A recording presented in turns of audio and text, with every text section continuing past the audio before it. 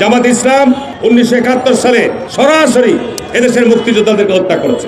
কেউ বাঁচাতে আসবে এই ইউনুস জামাত শিবিরকে কেউ বাঁচাতে আসবে না। আওয়ামী লীগের ভূমিধস জয় হবে, রেকর্ড জয় হবে, শেখ হাসিনা আবারও বাংলাদেশের প্রধানমন্ত্রী হিসাবে গণ্য হবে। কখনো যদি আবার আওয়ামী লীগ প্রত্যাবর্তন করে বা শেখ হাসিনা প্রত্যাবর্তন করেন, মুহূর্তেই সারা বাংলাদেশের পরিস্থিতি কিন্তু বদলে যাবে, গৃহ যুদ্ধ লেগে যাবে। আওয়ামী লীগ কতটা শক্তিশালী অথবা কতটা ভয়ঙ্কর সেটা আবার কিন্তু প্রমাণ হয়ে যাবে শেখ হাসিনা বাংলাদেশে আসলে। আওয়ামী লীগের লুঙ্গি পরা সমর্থক, লুঙ্গি পরা কর্মী যারা এই গণহত্যার সাথে জড়িত ছিল না, আপনারা গ্রেপ্তারের নামে আজকে এই নিরীহ সাধারণ আওয়ামী লীগের কর্মীদেরকে গ্রেপ্তার করছেন। এই অন্তর্বর্তীকালীন সরকারকে এসব জনগণের ক্ষমা করবেন না। আর বিশ্ববিদ্যালয়ের ছাত্র ওখানে গ্যাঞ্জাম লাগছে, হাসানাত গেছে ওখানে সান্ত্বনা দিতে। এই না, তুমি এতদিন মেয়ে তোমার 150 টাকার গেঞ্জি ছিল তোমার গাড়ির ভিতরে। সম্মানিত দর্শক মণ্ডলী, 1971 সালের মুক্তিযুদ্ধে জামাত শিবির সরাসরি মুক্তিযোদ্ধাদের গুলি করেছে এমনটাই দাবি করছেন বিএনপির নেতাকর্মীরা। অপরদিকে আগামী নির্বাচনের মধ্য দিয়ে আওয়ামী লীগ যদি পুনরায় ক্ষমতায় আসে তাহলে ছাত্র সমন্বয়ক ও দেশের কি অবস্থা হবে সে নিয়ে উদ্বেগ প্রকাশ করেছেন অনলাইন অ্যাক্টিভিটিস ও রাজনৈতিক বিশ্লেষকরা। আর এ সংক্রান্তই রাজনীতির মাঠের বিভিন্ন প্রকার আপডেট নিউজ নিয়েই আজকের এই ভিডিওতে থাকছে বিস্তারিত প্রতিবেদন। তাই আজকের এই ভিডিওটি সব মিলিয়ে অত্যন্ত গুরুত্বপূর্ণ হতে যাচ্ছে। 1 সেকেন্ড না টেনে ধৈর্য সহকারে পুরো ভিডিওটি দেখার জন্য আহ্বান করছি। আর একটি ছোট্ট রিকোয়েস্ট করছি, তা হলো যদি আপনি আমাদের এই চ্যানেলে নতুন দর্শক হয়ে থাকেন অবশ্যই আমাদের এই চ্যানেলটি সাবস্ক্রাইব করে একটি লাইক দিয়ে পাশে থাকা বেল বাটনটি অন করে দিবেন। তাই আর কথা নয়, চলুন সরাসরি আমরা ভিডিওতে চলে যাই। আওয়ামী লীগের নেতা কর্মীরা প্রস্তুত আছে এবং আর এই দেশে ওই 75 সৃষ্টি করতে দেওয়া হবে না। বাংলাদেশের ক্ষমতাচ্যুত প্রধানমন্ত্রী শেখ হাসিনাকে মোদী সরকার ভারতে আশ্রয় দিলেও দেশটির 50% বেশি মানুষের অবস্থান এই সিদ্ধান্তের বিপক্ষে। আর দেশটির উত্তর পূর্বাঞ্চলীয় রাজ্য বা 7 সিস্টার্সের আরও বেশি মানুষ হাসিনাকে ভারতে চায় না।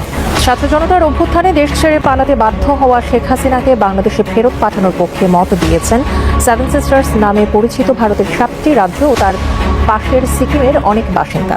খুবই খুবই খুবই খারাপ সংবাদ হচ্ছে আওয়ামী লীগের অনুসারী যারা আছেন তাদের জন্য, খোদ শেখ হাসিনার জন্য, ইভেন ভারতে যারা এই মুহূর্তে পলাতক আছেন আওয়ামী লীগের অনেক নেতাকর্মী তাদের জন্য। ভারতের উত্তর পূর্বাঞ্চলীয় 8টি রাজ্যের নাগরিকদের অধিকাংশই চান শেখ হাসিনাকে বাংলাদেশে ফেরত পাঠানো হোক।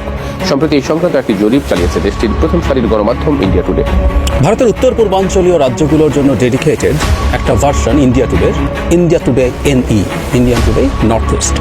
তারা একটা জরিপ করেছে শেখ হাসিনাকে ভারতে রাখা না রাখেনি। আমি এটাকে অনেক বেশি গুরুত্ব দিতে চাই তা না, আবার এটা খুব ছোট না, কারণ এর সাথে আরো দু একটা ইস্যু আমরা একটু যোগ করে কথা বলবো। ছাত্র জনতার অভ্যুত্থানে দেশ ছেড়ে পালানো শেখ হাসিনাকে বাংলাদেশে ফেরত পাঠানোর পক্ষে মত দিয়েছেন বেশিরভাগ ভারতীয় নাগরিক। দেশটির উত্তর পূর্বাঞ্চলীয় 8টি রাজ্যের নাগরিকদের অধিকাংশই চান শেখ হাসিনাকে বাংলাদেশে ফেরত পাঠানো উচিত। সম্প্রতি এ সংক্রান্ত একটি মতামত জরিপ চালিয়েছে দেশটির প্রথম সারির গণমাধ্যম ইন্ডিয়া টুডে। জরিপের ফলাফল ভেরিফাইড এক্স হ্যান্ডেলে শেয়ার করেছে ইন্ডিয়া টুডে। গত শনিবার India today mode of the north east শীর্ষক জরিপে জানতে চাওয়া হয় বাংলাদেশের সাবেক প্রধানমন্ত্রী শেখ হাসিনাকে ভারত সরকারের আশ্রয় দেওয়া প্রসঙ্গে আপনার মতামত কি। জরিপে অংশ নেওয়া ভারতের 7 সিস্টার্স রাজ্য ও পার্শ্ববর্তী সিকিমের বেশিরভাগ উত্তরদাতা। এসব রাজ্যের 55% উত্তরদাতা মনে করেন বাংলাদেশের সঙ্গে সম্পর্ক উন্নয়নে শেখ হাসিনাকে ফেরত পাঠানো উচিত। আর গোটা ভারতের মতামত জরিপে 21.1% উত্তরদাতারও একই মত, তাকে বাংলাদেশে ফেরত পাঠানো উচিত নয় এবং অন্য দেশে চলে যেতে বলা যেতে পারে। এই মতের পক্ষে মত দিয়েছেন 16%, বিপক্ষে মত দিয়েছেন 29.1%। এখানে সবচেয়ে উল্লেখযোগ্য ব্যাপার হলো ভারতের উত্তর পূর্বাঞ্চলের নাগরিকদের মধ্যে উত্তরদাতাদের 55% শেখ হাসিনাকে বাংলাদেশে ফেরত পাঠানোর পক্ষে মত দিয়েছেন। গত বছরের 5 আগস্ট ছাত্র জনতার নজিরবিহীন অভ্যুত্থানের মুখে দেশ থেকে পালিয়ে গিয়ে ভারতে আশ্রয় নেন সাবেক প্রধানমন্ত্রী শেখ হাসিনা। ভারতীয় গণমাধ্যমগুলো বিভিন্ন সময় জানিয়েছে তিনি দিল্লিতে সুরক্ষিত স্থানে রয়েছেন, তবে ভারত সরকার তার অবস্থানের ব্যাপারে বিস্তারিত কোনো তথ্য দেয়নি। এরই মধ্যে তার বিরুদ্ধে মানবতা বিরোধী অপরাধে মামলা হয়েছে। আন্তর্জাতিক অপরাধ ট্রাইব্যুনাল তার বিরুদ্ধে গ্রেফতারি পরোয়ানা জারি করেছে। বাংলাদেশের অন্তর্বর্তী সরকার প্রত্যর্পণ চুক্তির আওতায় তাকে ফেরত দিতে ভারত সরকারকে চিঠি দিয়েছে। এছাড়া সেখান থেকে প্রায়ই তিনি বক্তৃতা দিচ্ছেন। এ নিয়েও বাংলাদেশ সরকার ভারতের কাছে অসন্তোষের কথা জানিয়েছে। এদিকে বিএনপির স্থায়ী কমিটির সদস্য সালাউদ্দিন আহমেদ বলেছেন জাতিসংঘ মানবাধিকার কাউন্সিলের অনুসন্ধানী প্রতিবেদন অনুযায়ী শেখ হাসিনা এখন থেকে জাতিসংঘ স্বীকৃত আন্তর্জাতিক মানের একজন খুনি। 16 ফেব্রুয়ারি রোববার বিকেলে ফেনী শহরের মিজান ময়দানে জেলা বিএনপির জনসভায় প্রধান অতিথির বক্তব্যে তিনি এসব কথা বলেন। সালাউদ্দিন আহমেদ বলেন, কেউ কেউ বলছে অনুপাত ভিত্তিতে নির্বাচন দিতে। শুধু এটুকু বলবো, যারা অনুপাত ভিত্তিক নির্বাচন চায় বাংলাদেশের রাজনীতিতে তাদের অনুপাত জ্ঞান নেই। যারা স্থানীয় সরকার নির্বাচন আগে চায় তাদের মতলব কি জানতে হবে, তারা কেন নির্বাচনকে বিলম্বিত করতে চায়। তিনি আরো বলেন, এবছরের ডিসেম্বরের মধ্যে জাতীয় সংসদ নির্বাচন দিতে হবে। নির্বাচনের জন্য যে সংস্কার প্রয়োজন এখন শুধু তাই করুন। আওয়ামী লীগের নির্বাচনে অংশগ্রহণ নিয়ে তিনি বলেন, আওয়ামী লীগকে রাজনৈতিক দল হিসেবে বিচারের আওতায় আনতে হবে। বিচারিক প্রক্রিয়ার মাধ্যমে নির্ধারিত হবে আওয়ামী লীগ রাজনীতি করতে পারবে কিনা, নির্বাচন করতে পারবে কিনা। আমি প্রিয় সাংবাদিক ভাইদের কাছে বলবো যে আজকে কারা আগে স্থানীয় সরকার নির্বাচন চাই, যারা আগে স্থানীয় সরকার নির্বাচন চাই তাদের স্থানীয় সরকারে কয়জন প্রতিনিধি আছে সারা বাংলাদেশে? 1%ও নাই। বিশেষ করে আমি জামাত ইসলামের নাম করে বলছি, জামাত ইসলাম আজকে বিএনপির সাথে শরিক ছিল, জোট ছিল, ঐক্যবদ্ধ নির্বাচন করেছি, যুগোৎপাত আন্দোলন করেছি। জামাত ইসলামের ভূমিকা সম্পর্কে নতুন করে বলার অপেক্ষা রাখে না। জামাত ইসলাম 1971 সালে সরাসরি এদেশের মুক্তিযোদ্ধাদেরকে হত্যা করেছে। জামাত ইসলাম এদেশের সরাসরি মুক্তিযুদ্ধের বিরোধিতা করেছে। জামাত ইসলাম 1971 সালে সরাসরি তারা বলেছে পাকিস্তান সেনাবাহিনী এবং জামাত ইসলাম হচ্ছে একমাত্র দেশপ্রেমী।